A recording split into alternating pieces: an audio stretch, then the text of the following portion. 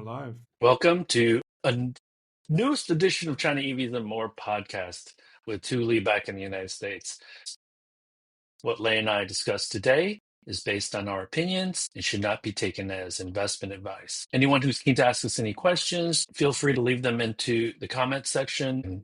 In the next hour or so, my co-host Lei Xing and I will go over the week's most important and interesting news coming out of the global EV, AV, and mobility sectors. We'll talk specifically about some of the things we did over the last couple of weeks. For me, 18 days. And Lei, currently still in China, we'll talk about some of the things that he's about to do. So if you're new to the show, welcome. To our loyal listeners and viewers, welcome back.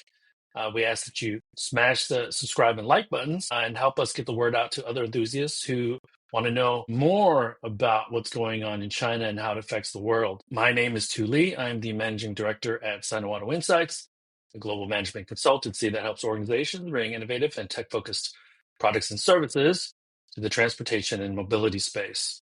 I write a free weekly newsletter that we pull many of our discussion topics from. You can sign up for it at sinoautoinsights.substack.com, which of course I encourage you all to do. A well-rested Lei and a not rested too. Can you please introduce yourself? A overworked, jet-lagged, waking up at Goodness. 3:30 a.m. in the morning and missing China, but also glad to be home too. Yeah. Yeah, I'll be in a spot in 2 weeks, so I'm actually kind of looking forward to going back to the other home. But this is mine. This is your co-host Lei Xing, former chief editor of China Auto Review. This is a long overdue episode number 208. Long overdue because we've been having fun in various ways and forms. We touched down in China, in Shanghai, on April 20th. And Both of us, same time. It's been 2.5 weeks. And because there's so much things happening, and we did that. The last 2.5 weeks just went by like a flash. First of all, let's thank Neil again for giving us a Neil ET5, lending us 2024 ET5 for the road trip that we completed on May 5th and 6th from Beijing to Shanghai. And tomorrow, the new ET5, ET5T, ES6, and the EC6, known as the 5566, the refreshed editions, pre-orders start tomorrow. And this just followed the No rest for the wicked. Yeah, this just followed the updated Li Auto L6789 smart new editions that launched yesterday. And, for as long as we've talked about these companies, Neil, and for as long as you and I, in our previous capacities, in your newsletter, in my previous role as China Auto Review, having reported on Neil, ever since the beginning, ever since the, 2014, 2015, this was actually the first time that we had this experience understanding the power swap process. And it gave us a great understanding of that process through this trip. And this was the second consecutive trip that we did during the Beijing Shanghai Auto Show time. And I think it's important to say that for us, we kind of make an effort and a point to stay for long during the auto show. We don't zoom in and we don't, come down and spend a couple of days at the Shanghai Auto Show and then get out. For us, I think it's valuable that we have the time and the resources to actually be on the ground and experience these vehicles, for us to be able to share this perspective to our audience. And I feel actually very Let's be lucky. honest, Lei. Let's just be frank and honest. To your point, we don't swoop in for 2 days and tell the world, oh my God, these things are game changers. They want us to be there. our contacts, they really enjoy and appreciate the fact that they get intel from us and they listen to us and ask us questions. And so, for the sake of full disclosure, Neo did not pay us to drive from Beijing to Shanghai. We had complete editorial control over all of the content that we're going to be posting. Some I still haven't, or we still haven't edited and finalized, but that'll be happening in the next few days. I want you to ask all these other people. Now, car reviews are different, but if you're trying to be an analyst, a true analyst in the space, you have to disclose whether or not you're getting paid by competitors and or the companies that you're trying to represent. You can have any opinion you want, okay? But hiding the fact that you're getting compensated is probably not, or I won't say probably, isn't really Well, being objective. So well, that's the certainly. polite way of me trying to say that, okay? So And piggybacking on that, hopefully we can, for those brands out there, please, if you want to sponsor us on the China EV some more, please, we're open, but we're going to continue to do this. We did that, I tweeted, right? We fast charged our way from Beijing to Shanghai in an Xpeng G9 in 2024. We power swapped our way from Beijing to Shanghai in a Neo ET5. And in 2026, how can we top that? I mean, that's just the epitome of what's happening in the Chinese smart EV space, that every year, not year, but probably every week or every month, that there's something new that we get to try to do and top what is already available. And that's actually really what reflected at this year's Auto Shanghai, is just the pace of what I would call companies trying to break the glass ceiling, right? How high can you go? And maybe, I joke, next year we'll megawatt flash charge our way from somewhere to somewhere. and what's important, because we did a little bit of reflection, or at least I did in last week's newsletter. We'll do a little bit Yeah, more in this episode. sure. But if we look at the last 3 or 4 years, here's the thing. You can't not be at these shows and think you can speak intelligently, because you're just reading other people's content and then spouting what you've heard. Because just the 3 years post COVID of these shows, everything has evolved. Now, year one, when I was there and you were there, I had gone during COVID, during one of the shows, and I got to see it from the very beginning, like the real transformation. It was a 22, it was Shanghai, right? And then 21, 21. everybody came in, or 21, everybody came in, right? And then, Oh, you're talking uh, about 23, when yeah, everything 23, opened. sorry, Yeah, 23. 23. Yeah. Yeah. Everybody came in, was surprised. 22 in Beijing, it was more or less a coming out party. And this year, to me, is Yeah, 22 in Beijing, sorry, never happened.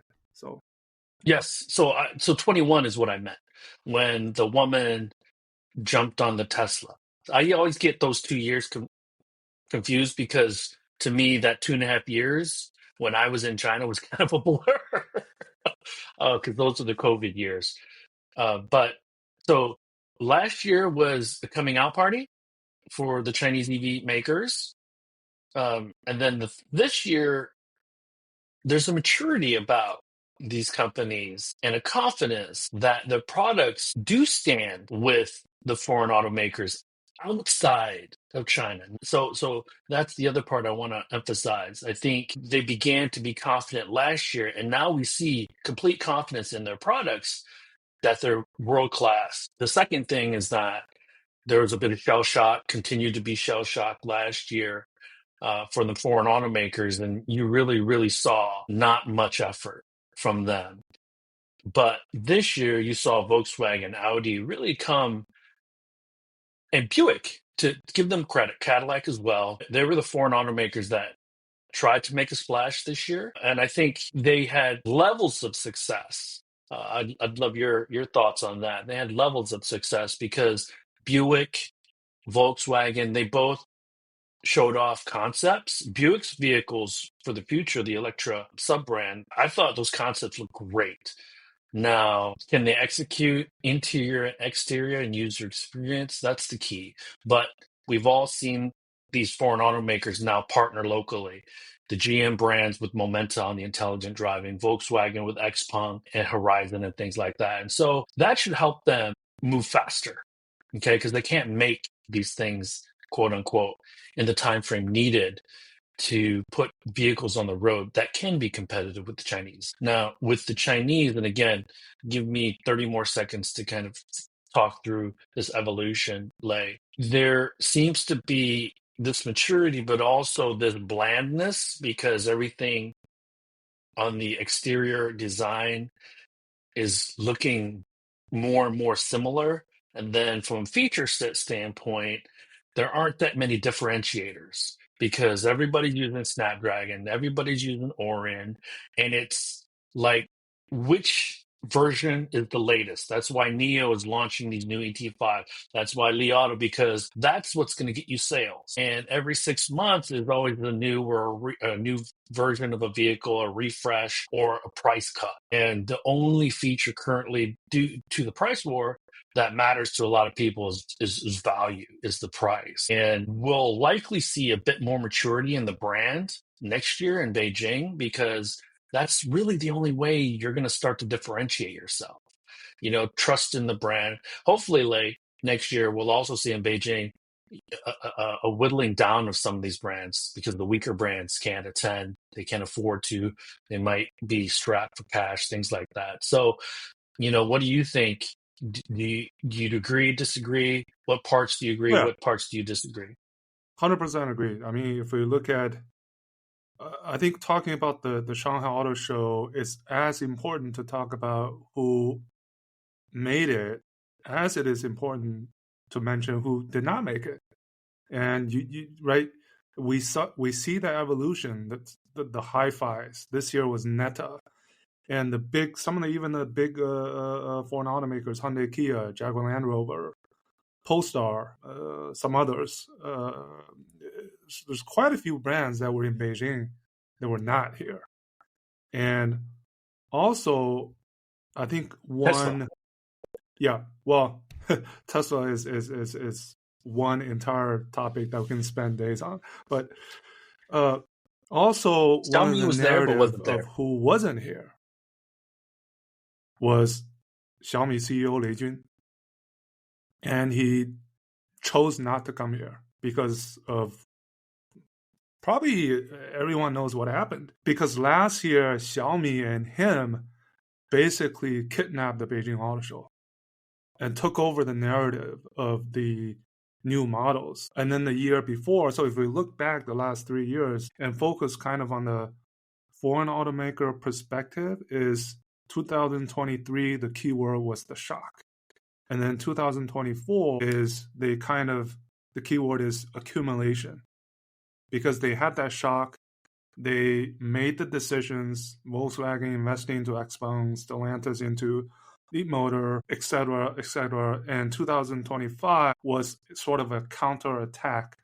They kind of found their mojo, their stance.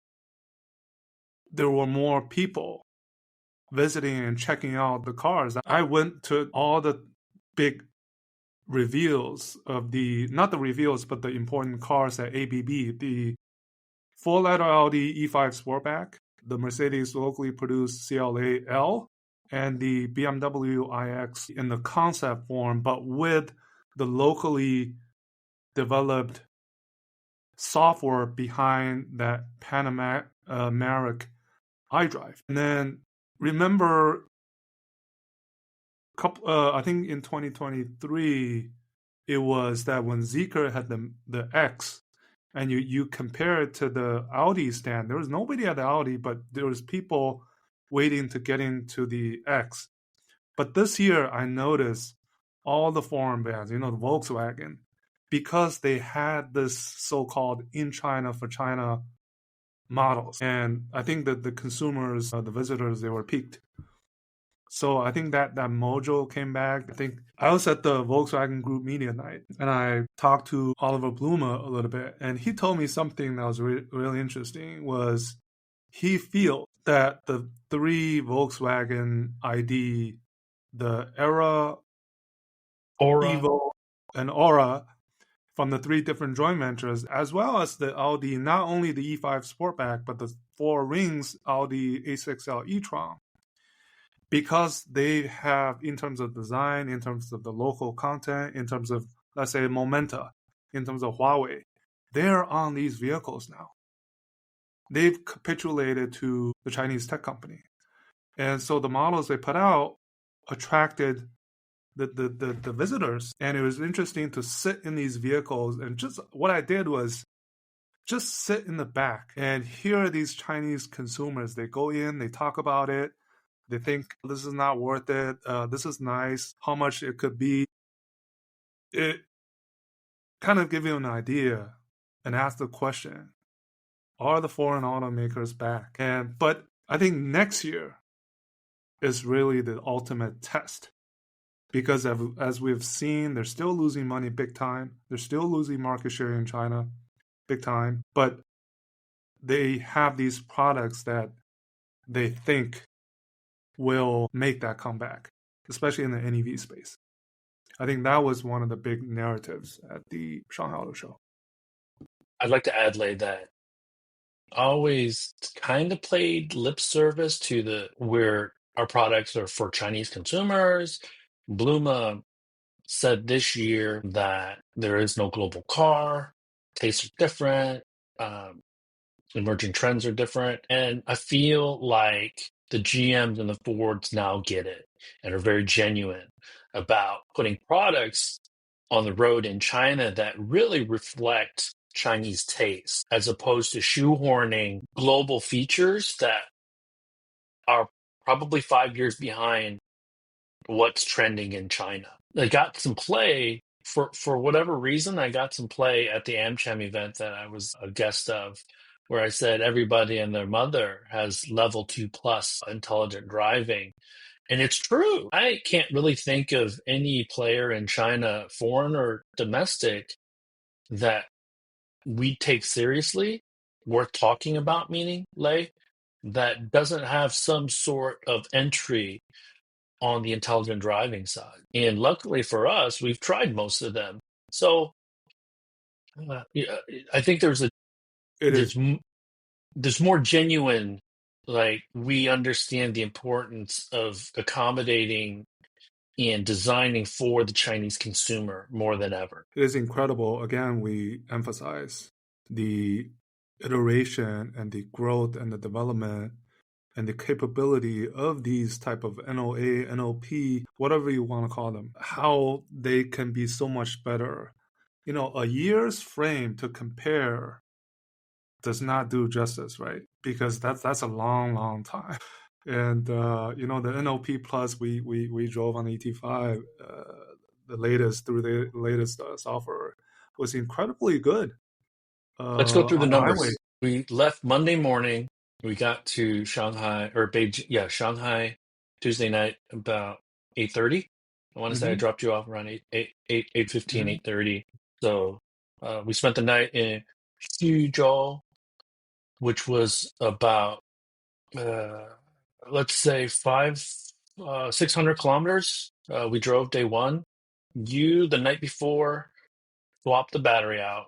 And so go ahead, take over. There were a total of 6 swaps. What else am I missing? So just some of the big numbers: 1,300 kilometers or 800 miles. We took 2 days to do it. The first day 700. The second day roughly 600. 6 swaps, and we happened to swap at Gen 2, 3, and 4 stations. So, and it was consistently on the 3 and 4, between 4 and 4.5 minutes from the minute you park at the designated spot and you push a button to the minute the system says the battery is done. 4 to 4.5 minutes, very consistent. So just to be very clear, there's a little area that's designated where the Neo vehicle parks. And then it detects you're in that parking space and it prompts you to press a button, and then it autonomously, this is where it is autonomous because we don't have to do anything until the green light pops up, and it backs you into the swap station exactly where it needs to be. To your point, over the course of 3.5 to 4 minutes, depending on the swap station, Gen 2 to Gen 4, it opens the compartment in the bottom, takes out the battery, puts the battery away, and then puts the new battery in there over, again, 4 minutes. And depending on the queue, why don't you tell them a little bit about 3 kilometers away, 2 kilometers away, what we're doing or what you're seeing on the screen, Lane? So the power of the power swaps, I think it's important to call these power swaps instead of battery swaps because I think it's the importance of the power of the cloud. And the minute you leave from Beijing, you enter the destination in Xuzhou, the system automatically recommends the batteries, the power swap stations that you should stop at. And along the way, there's a automatic queuing that happens in the background because at the same time, other users might be going to that specific station as well. And you see the number of batteries available and how many people in front of you. Those number constantly changes.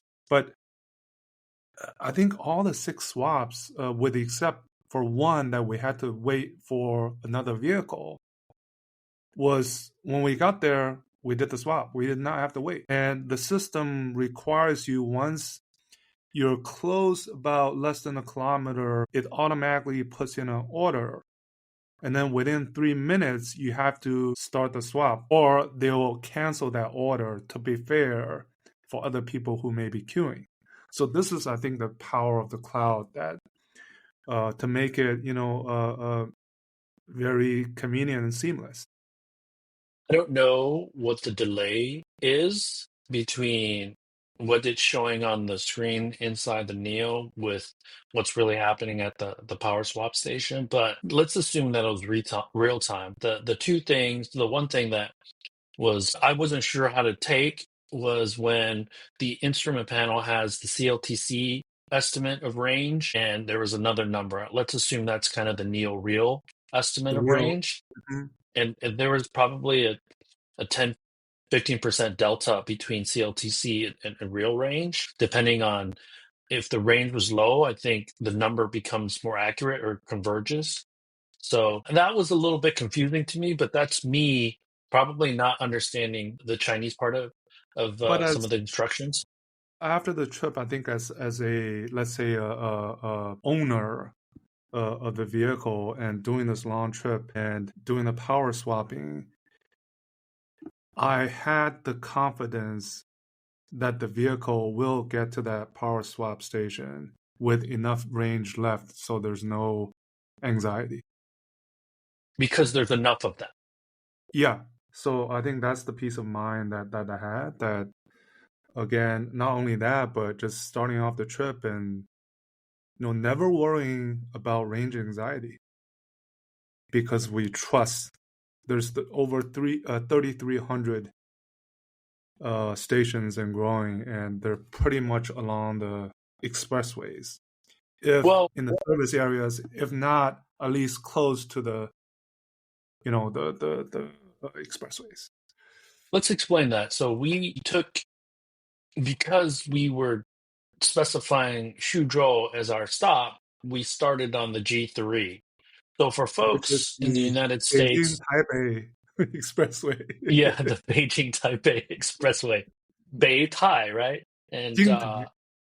Jingtai. And so for the folks in the Midwest, there's an IVE that will get you from Beijing to Shanghai. That's the G2. Yeah. We took the G3 because we were actually heading more west of Shanghai.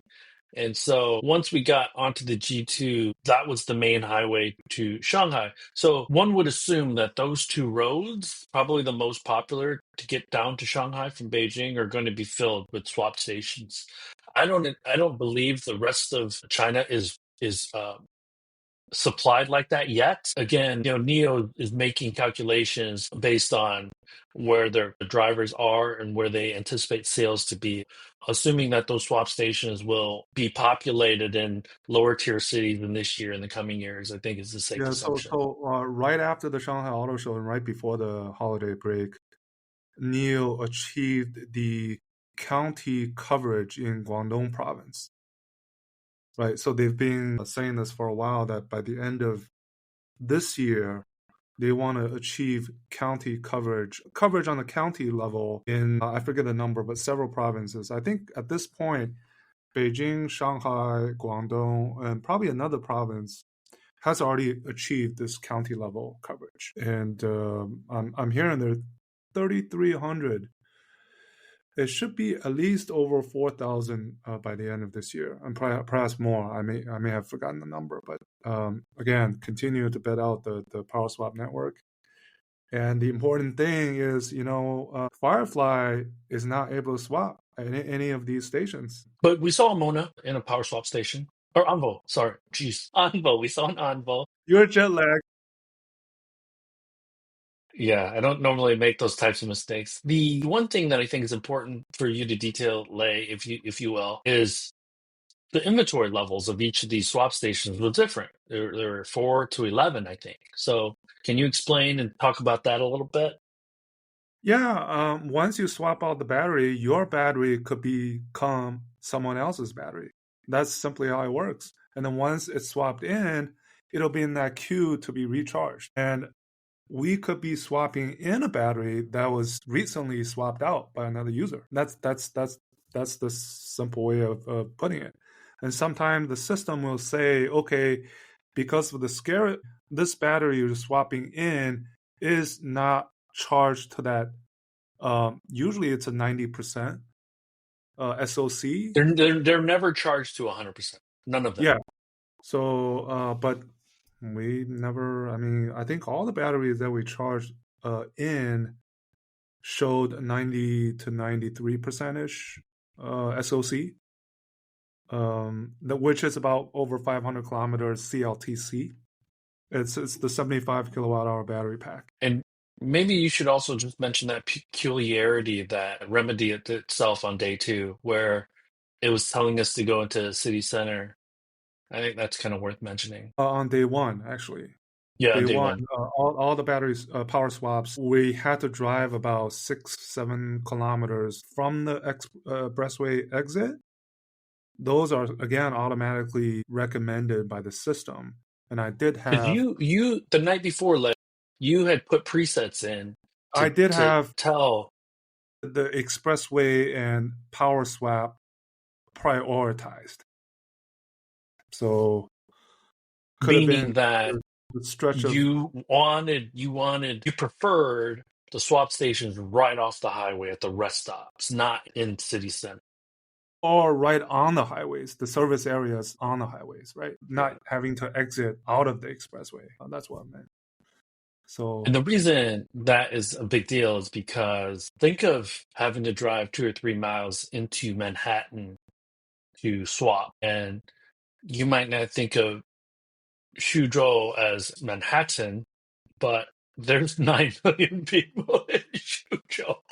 So it's not a small city relative to the rest of the world. It's a small city relative to China's tier 1 cities. Or having the swap in the city could lose you 30, 40 minutes easily.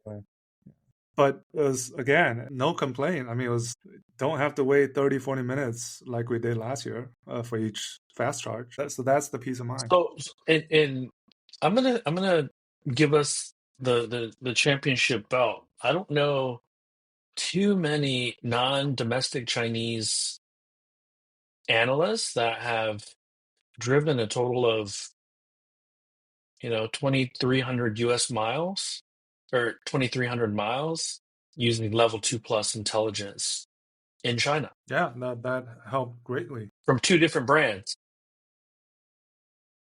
So I feel comfortable saying this. We did have some interactions or interventions, but I felt pretty safe, specifically on the highway. I drive every day in the US. on highways. And so it took me a day or two to get used to uh, driving in China again because my alertness needs to be there right away. And when you get into Suzhou, there's you and I were talking about this when we were driving out from the hotel. This feels like Beijing 10 or Well, 12 years ago. the stops in Changzhou, in Tai'an, in Xuzhou, there's a little bit of difference in each of those cities, right? The type of vehicles we saw, the type of mopeds, the type of scooters we saw, they were different.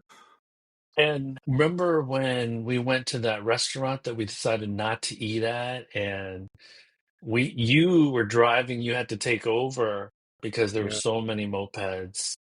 So this is where FSD is going to be hamstrung because it's using only Chinese data. And I don't even know. I'll be honest with you. I don't know how to explain how they're training the system in China because it's not FSD. It's FSD Lite. They don't even call it FSD. And Yeah, they changed the name already. there was an analyst that said that FSD is going to, or these robotaxis are going to have problems. To say that now, it's obvious because they're using the existing FSD software. But if if this guy would just go to China and try out some of these other robotaxi services, some of these intelligent driving services, it would be obvious that FSD is not this runaway system that dominates. I mean, we tried Waymo, Lay, and guess what? Waymo is great. It doesn't go to the airport. And how would that work with a bunch of Sanlonchus, a bunch of mopeds? Would it have difficulties? Of course it would, because that's not the data it's collecting currently in the United States or in the West. But we can only judge it based on our eyes, how we feel in the vehicle, right? Because we're not trying to grade it technically. But I also feel comfortable saying that you cannot, and these aren't level three systems where you can stop paying attention. You have to No, pay attention. no. So, Let's go back to the Shanghai Auto Show a bit. okay. What were some of the memorable models? Which models did you think was impressive? Anything that stood out? I have mine. So the Mercedes Vision V, that Okay, looked awful to you're me. talking It about the wasn't very Notoria ones. well. I'll talk I'll about add some to of it. the I'll add to yeah, it. the nice ones and stuff. Generally speaking, I think the avatars are pretty vehicles. I really like, and this is where I'm hoping that me chirping at Frank Wu a little bit will help. I really love the overall design of the Zeekr vehicles. I think there's a maturity to the 007, and then there's a 007 like wagon coupe. coupe. I was lent a couple of Zeekrs for the couple of days that I was in Beijing. And I told you this story, Lei. I'm in Gongti Beilu, which is close to CBD in downtown Beijing, right off the Third Ring Road. And I'm staying at a hotel. And they drop the cars off at a parking structure right behind the hotel. And I get into the car and I'm like super excited because I'm going to see a friend. And I have 45 minutes to get to like 6 kilometers, basically like Liama, right? And I'm late, by the way, to go 6 kilometers in 45 minutes because I'm like super excited. And then I turn right into a traffic jam. I'm like, oh man. And I remembered why it's terrible to actually have a car in Beijing. But Yeah.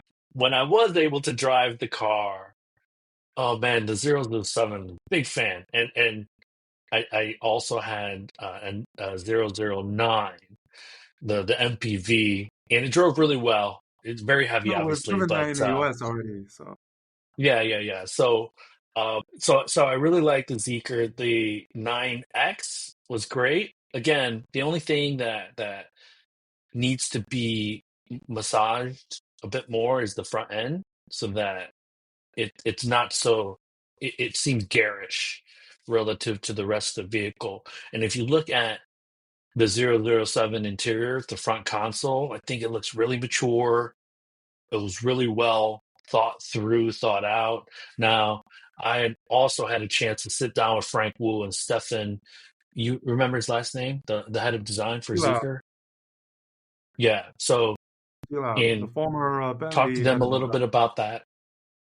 Yeah, talked to them a little bit about that. We both attended the Zeekr event that was during the media days on the bun on the White and they both Steffens kind of talked about Lincoln Co. and Zeekr design, And and so go ahead. yeah, no, speaking of, right? So I did a few recaps, my overall summary, right? It's the foreign automakers, including foreign suppliers, they were more Chinese and the Chinese were more international. I think that's another big narrative. And the Zeekr event, for the fact that this was a special event, I think, for the international media.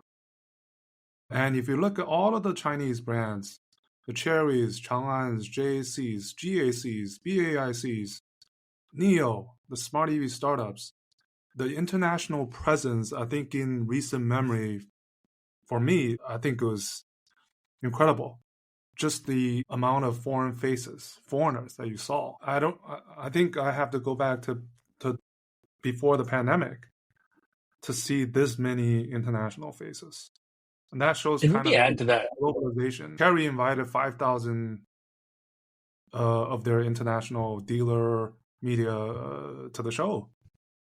And should mention this already also that we met so many of our kind of friends of the show and the industry. I met several Western, mostly US, reporters that came to China for the first time, came to China first China Auto Show. So Well, I'm there were some glad that came to China for the first time too. first time. And the guy from Motor Trend, I forget his name, he said last time he was in China was 2000. And I think I am very glad that more. I mean, we've been talking about this, but it's never better than you yourself to come and see an experience. And I'm And, glad and that that let me happened. make this clear. Just because they came for the first time in 5 years, 7 years, 10 years, and they were like, oh my God, this is happening. We've been talking about it forever. So they didn't discover anything. It was already happening. They just weren't aware of it. That's a key difference here. Something didn't all of a sudden happen. Now, the other thing that I want to add to your point about the foreign media is that in years past, it was, wow, these cars are surprisingly good. Can we trust them? Are they reliable? And who are these brands? Now, the foreign media is like, when are they coming? Because the assumption is now, yes, they are world class and these companies are ambitious.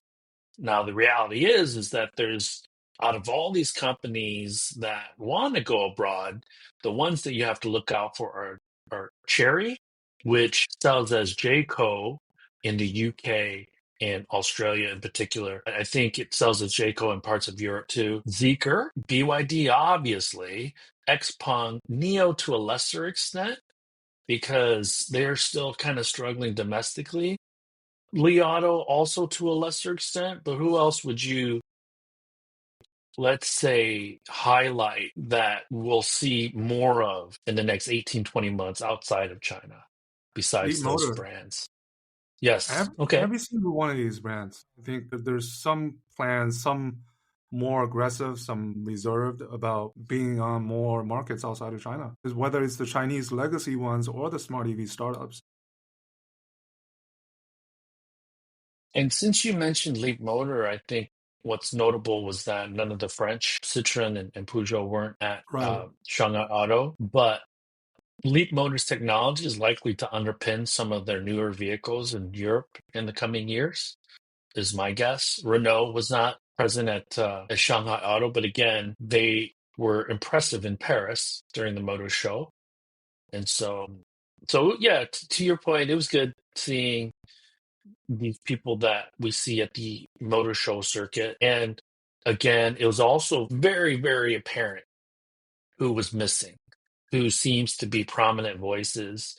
against Chinese electric vehicles, but again, weren't present for the last few shows, which is, I mean, there's an inside joke between a handful of us um, that we'll keep to ourselves, but I think most people know who I'm referring to, anyways.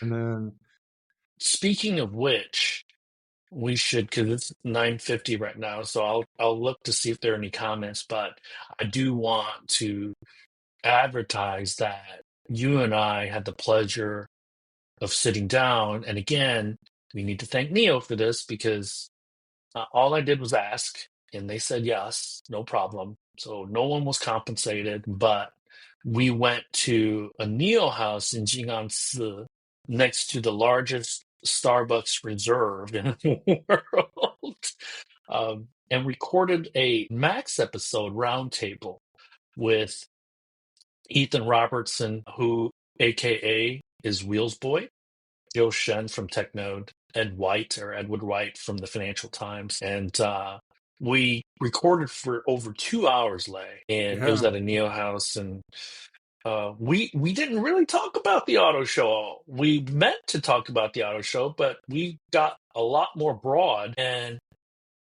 I don't want, I'm not one for hyperbole, but it was an insider's view because guess what? Jill lives there, Ethan lives there, and Ed lives there.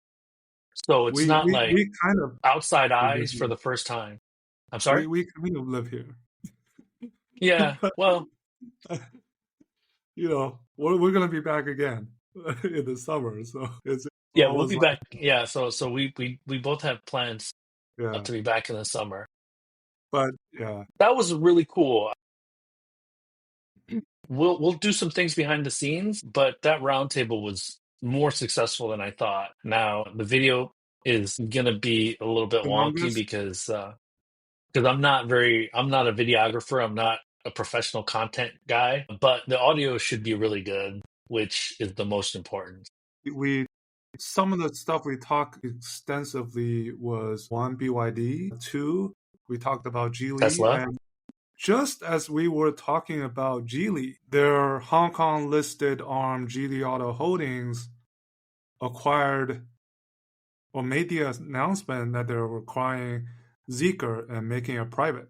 So putting Zeekr under the Hong Kong listed arm. We talked about Geely consolidation, brand consolidation. So that was interesting.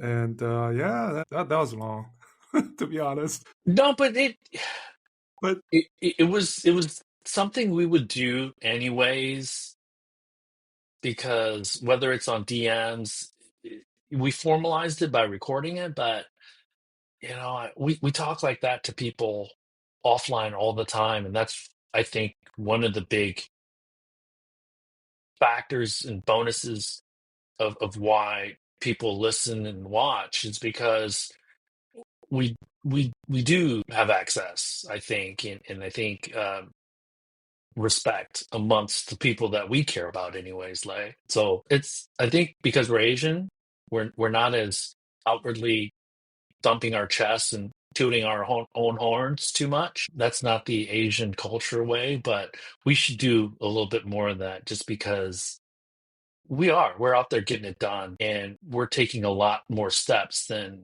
others in the space. well, like you said, we're just nerds. I think I've covered this industry for 20 some years, and I couldn't think of doing anything else but just to just to be on the ground, see, hear, listen, experience, talk, discuss, and then very grateful for it. Back to the auto show, I was gonna say some of the notorious models you mentioned. What was the first one? Oh, the Vision V, right? With the FAW grill and I think overdone interior. I think that was a lot talked about. There's a few models, right? The Zeekr 9X is referred to as the Hangzhou Bay Cullinan. There was another Cullinan wannabe, the The Woohoo. reason it's called Hangzhou Bay, Lei, obviously but to our audience, because Zeekr is in Hangzhou. Yeah, and the Hangzhou Bay is where Geely's R&D is based in Ningbo. So, and then there's the Woohoo Cullinan, the Jetor Zongheng. G900 with a couple of turbines sticking out of the exhaust pipes. The reason being, Chery started out making ships. So they want to beat Yangwang Yu to be the vehicle that can wade in water. And then there's a couple of other notorious models. One, I saw a Ion UT, this from GAC Ion, in a Xiaomi Ultra paint and the sport strips. And they actually called it the Ion UT Ultra. And then there was the Aura Lightning Cat Shooting Brake Edition. There's still these vehicles that make you kind of but I'll tell you the ones that I thought stood out in terms of design, they were great. The Roadway Pearl concept and the MG Cyper X, maybe because of Josef Kaban, who joined the SAIC Motor from Volkswagen. I thought the Buicks were really good. I actually think the biggest surprise of the auto show was the fact that Buick announced ahead of the auto show that But they yes, they are had an now, event. They had a yeah, standalone event.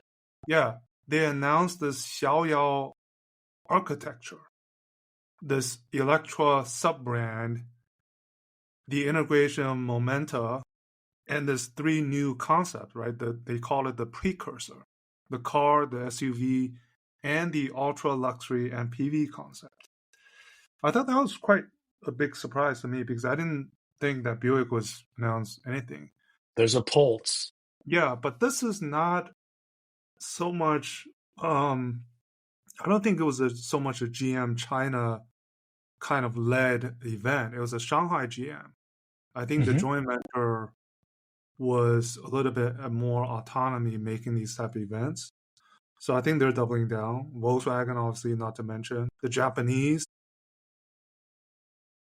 Let's talk about two of the three Volkswagen branded E series. There's Era, and there's Aura, and then there's Unix. So the Era and Yep. Aura, I believe, are BEVs using XPeng platform, last gen platform though.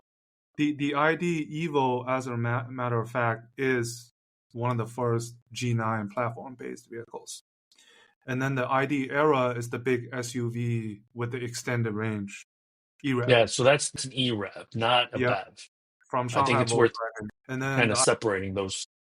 the ID Aura, the sedan, is from FAW Volkswagen. All actually built off of the ID code from last year. And the three wanted to show kind of the individualization from those joint ventures. And they're not going to be available until 2026 production vehicles. Hence, the real test is next year, even though we say it's a counterattack from the foreign automakers. But really, the true test, putting on a show or a dough is 2026.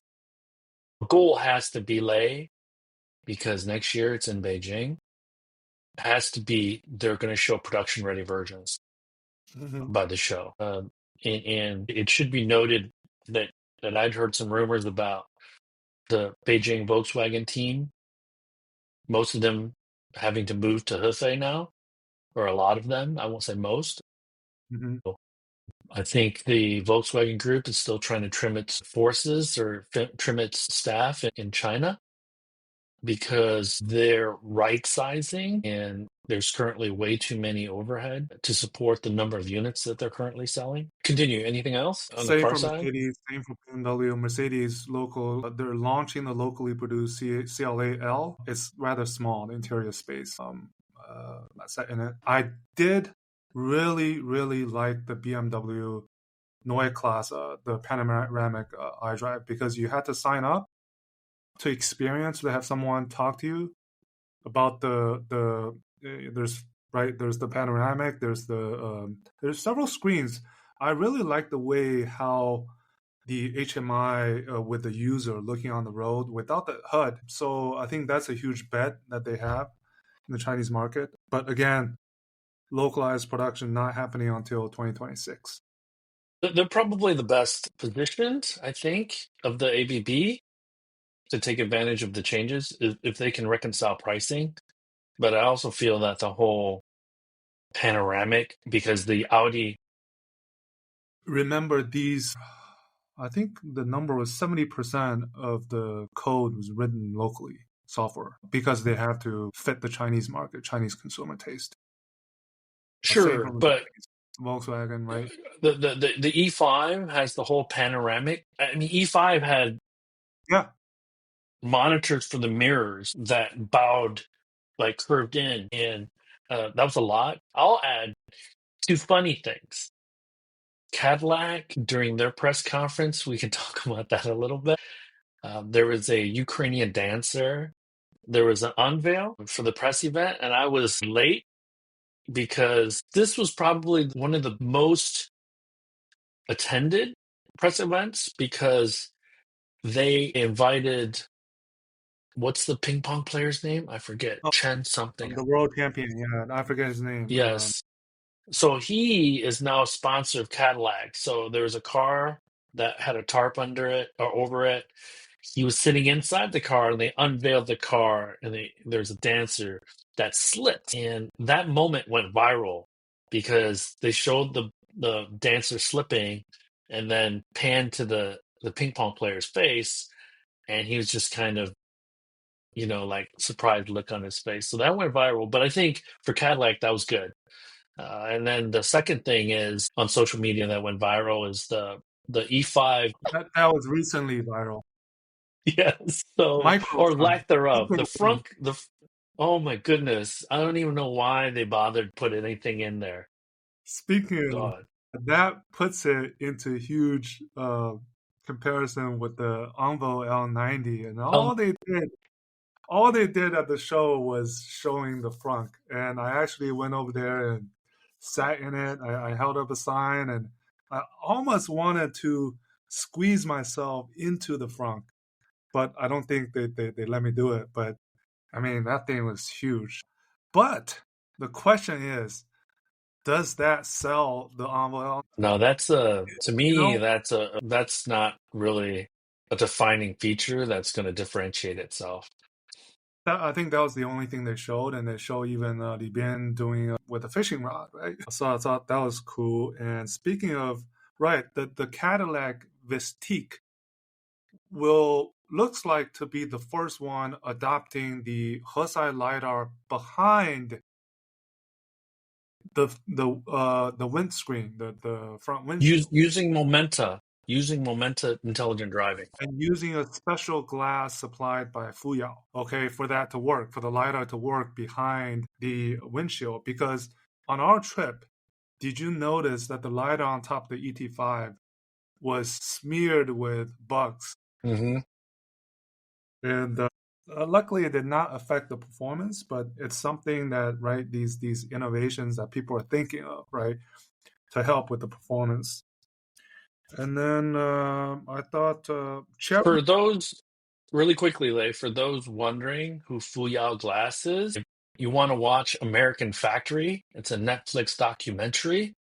Well, yeah, It highlights Fuyao Glass entering Ohio. Fuyao Glass is the CATL in the glass space. So that's typically who Fuyao is. And then I thought Cherry brought back the QQ. I thought that was cool. And then speaking of funny things that happened, right? The Envo L90 I tried. Even though Lei Jun was not, I shared in the group, was not at the show, how did Xiaomi attract crowds? What they did was they Giveaway. gave free hats that had the Xiaomi Life on it. 5,000 hats every day to visitors. So on one of the second to last day I visited, I actually decided, what the heck? I'm going to join that queue. And that queue was wrapped around the building and then back out again. So the wait wasn't that bad. So I picked up my hat. Along that queue, since Xiaomi the booth was directly next to Envo, the Envo salespeople were carrying free bags and asking people waiting in the queue for the Xiaomi hat to scan the QR code and get the freebie, the bag, to get some leads, right? That's part of the auto show that we probably people don't talk about. And also, again, every single stand, there were people live streaming, KOLs or just people hired by the brands to live stream, I sent a 30-second video starting from of the that. first day, from the press day. And yeah, and I thought the Geely Galaxy showed the Starship 战舰. That was interesting, the boxy shaped. And then I think the Japanese Toyota had a few new models. Mazda Honda, had a model that got talked about. MZ60. The Japanese came with some nice cars. Yeah. GAC showed a hype tech Earth concept, a shooting brake. Thought that was nicely designed. And then not all, but coffee. Coffee was a huge feature at many of these Chinese brands. And in order to get one, you had to do a scavenger hunt so that to learn the brand until you have those stamps, and then you can get the coffee. And then humanoid robots, flying cars was a huge feature. There's a And many flying car in CATL's booth. ATL, Obviously, Xpeng. yeah, Xpeng, GAC, Cherry. One of the coolest things I did, and we were at the CATL press conference on the first, is after the day after, they invited some media to their Shanghai facility where they had this chassis concept that you could drive in their facility. And I drove that for like 2 minutes. That's pretty cool. And CATL, by the way, in that press conference, mentioned that they're not just a battery supplier. They are in the words of Robin Zeng, a new energy industry pioneer. So they're repositioning themselves effectively. Yeah. They do So motors. They do e-motors. They do chassis development. In So what addition what they're to, trying to do, Lei, is move up the value chain from being a supplier to being a provider. And I think that's important because I also think that there are other suppliers, non-Chinese, that are trying to also move up the value chain from contract manufacturing to actual consumer brands. I think Foxconn is one of them. Went to Taiwan for a few days during May holiday, and so got had a few meetings, and I still believe that Foxconn is really trying to position itself. And I should mention that while I was in Taiwan, I used Uber. Uber is available in Taiwan and was picked up a couple of times in a LuxGen, which is the Foxconn brand. And it was nice. It you was, know, you know, I think that, again, unless you're on a plane visiting these countries and companies, you can't experience a LuxGen and how it would be competitive in the United States. You can't even talk about it. I actually have videos and was really impressed. Now, again, it's not likely to hit the United States anytime soon, but guess what? China is tariffed out of the US market for quite some time. There's a huge opportunity, especially as Slate comes online and tries to sell us a $45,000 200-mile range vehicle. It's unreal. So there's a huge opportunity in the United States for other ex-China EV companies if they want to get aggressive to get first mover advantage. Now, VinFast tried to do that, but they just ran out of money. The vehicles that they had launched into the US market weren't finished products. They were basically pilots still that needed some final engineering, let's say, finishing touches. And so, but yeah, it is 10-11, Lay. The so last thing I will yeah, say, sure. go ahead. No, go ahead. I'll add a couple more things.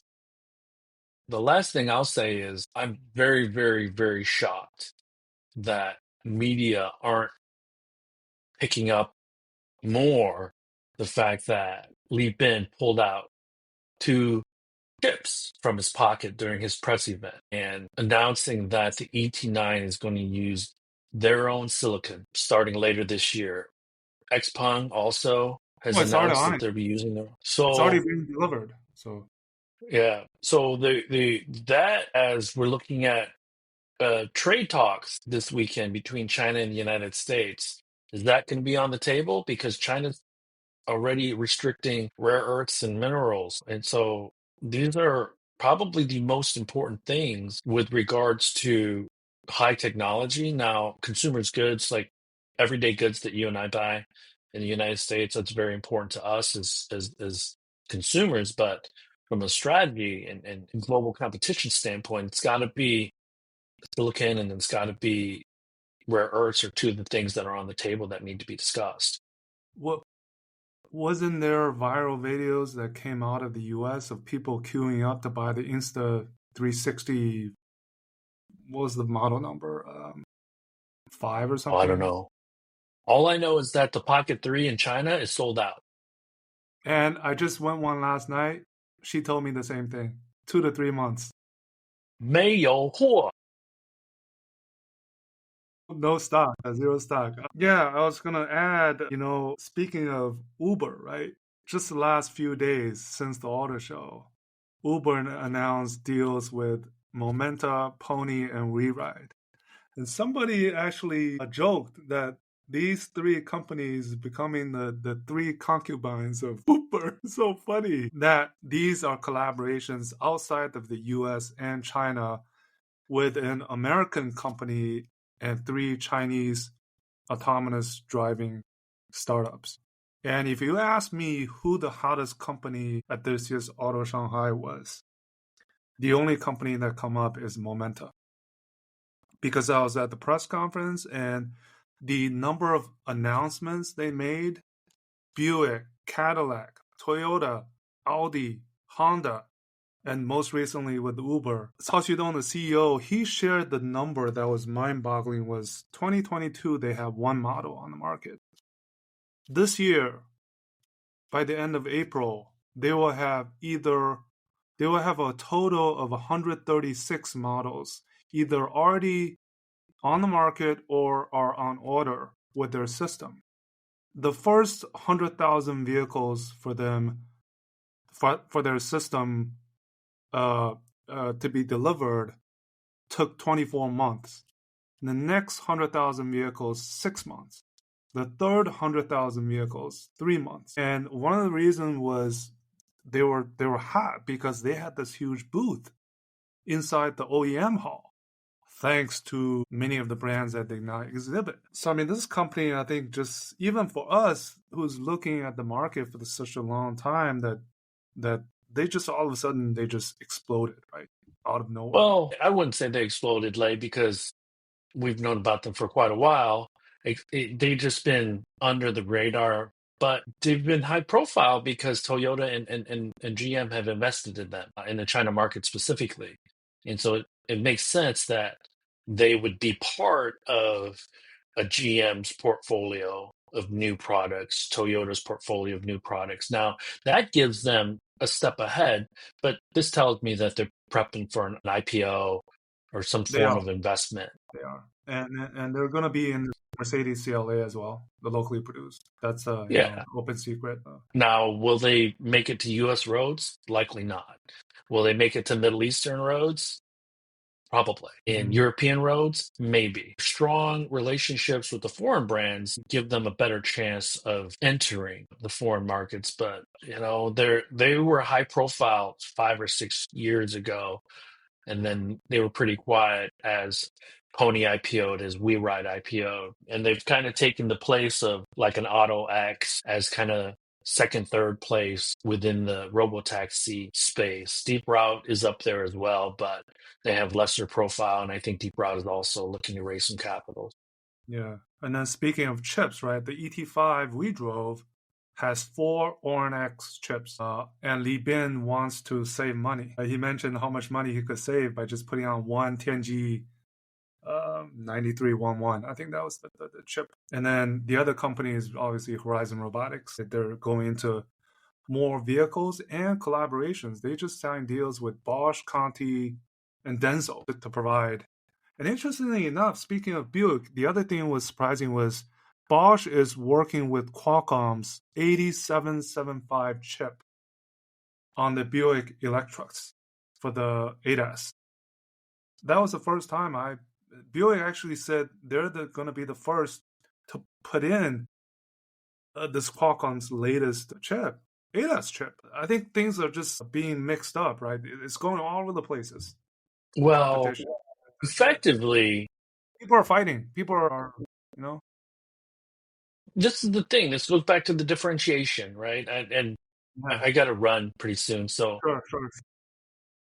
if you recall, I went to San Diego to that Qualcomm event, and they were really, really touting their digital chassis and their entire suite solution, full stack solution for not only the infotainment but intelligent driving. And I did meet up with Qualcomm in China during the auto show.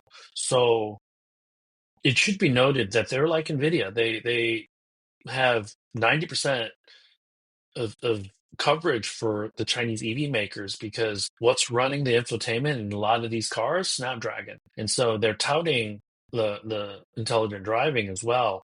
And what's likely going to happen is that Jensen sees that these orange chips and what will become Thor chips are probably commanding too high of a price. He's going to drop prices on these chips if the United States lets him.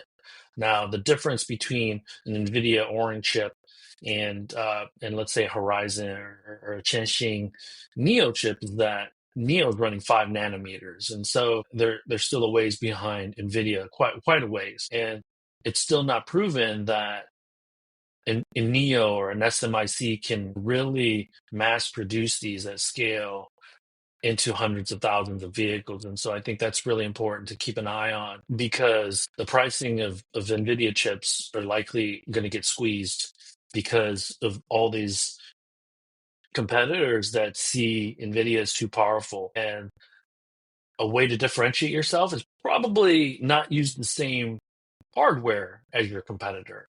Yeah. How effective and in speed and compute these The competitor chips are remains to be seen. But the until they're not, NVIDIA is the standard. the China smart EV space is such a mad scramble on so many fronts. That's all I'm gonna say, right? Yeah. You talk about chips, you talk about batteries, talk about smartification, driving, ADAS, cockpit. We didn't even talk about the CATL3 updates Yeah, to their they products. announced three different products in one shot. And We then could do that next time. yeah, and then a couple other models I should mention. I thought the BYD Dynasty D and Ocean S was an upgrade of their current design styling. I like them really a lot. I think there's still a lot of improvement that BYD can do. And then there was a Denza Z concept, and then Yangwang came out with a UAL, bigger than bigger. And that's So probably it about the auto show. And we should probably wrap it up. let's go to the comments real quick. SPX asks, can the same car swap its battery tech potentially from 80 kilowatt hour LFP NMC to 150 kilowatt hour semi solid state for longer range when needed? I think the answer Don't is know yes. that yet.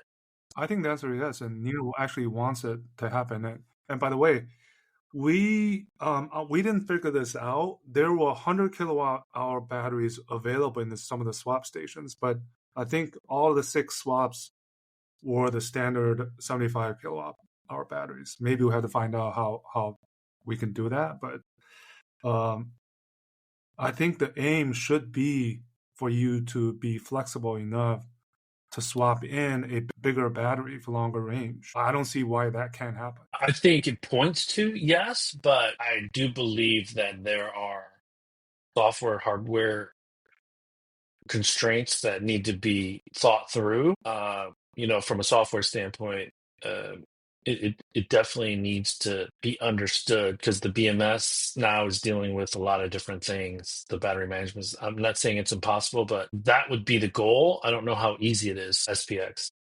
And then the And wild then, card is for the Firefly to be able to swap at the CATL's Choco swap stations.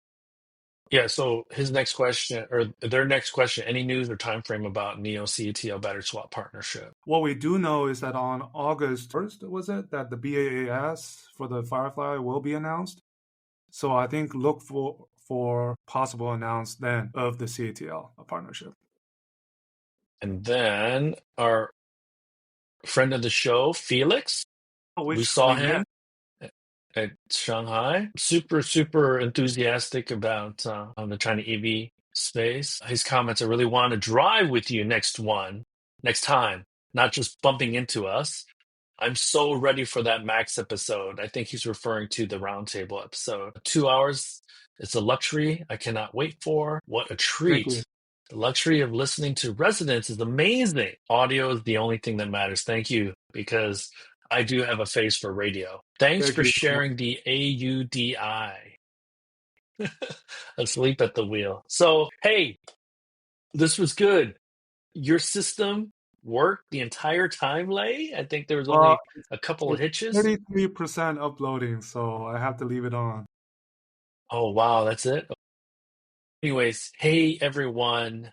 Apologies for being away from the show for a couple of weeks. We do have some recorded content that I'll be posting hopefully in the next week, including uh, a show that we recorded while we were driving the ET5, and then the special Max episode roundtable. But Yeah, hopefully, we will be back at this again, same bat time, same bat channel next week with Lei still in China. Thanks again for joining us. Good morning, good afternoon, good evening. Have a good and weekend. yeah, and a special appreciation to Neil. I got this nice Firefly purple T-shirt. Nice. Yeah, so hopefully I get a chance to drive one when I'm here. Dude, I got to get one of those freaking Yeah, t-shirts. I didn't want to wait in any of those lines to get that stuff, or I didn't want to scan too many QR codes and get bombarded and stuff. And I was like, if I like something, I'll ask for it separately. But sure. they had the cool Firefly bags. I thought those I were got pretty that. cool. But I got that. so, But you have to and I, post on Xiaohongshu or something. yeah, I don't really need to do that. And I wasn't trying to bring home a million things. So, anyways, I'm gonna, everyone, yeah, I'm gonna carry a Firefly bag in my local Trader Joe's. have a All good right. weekend, everyone. Yep. Have a good We'll see you weekend. later, man. For tuning in. Yep.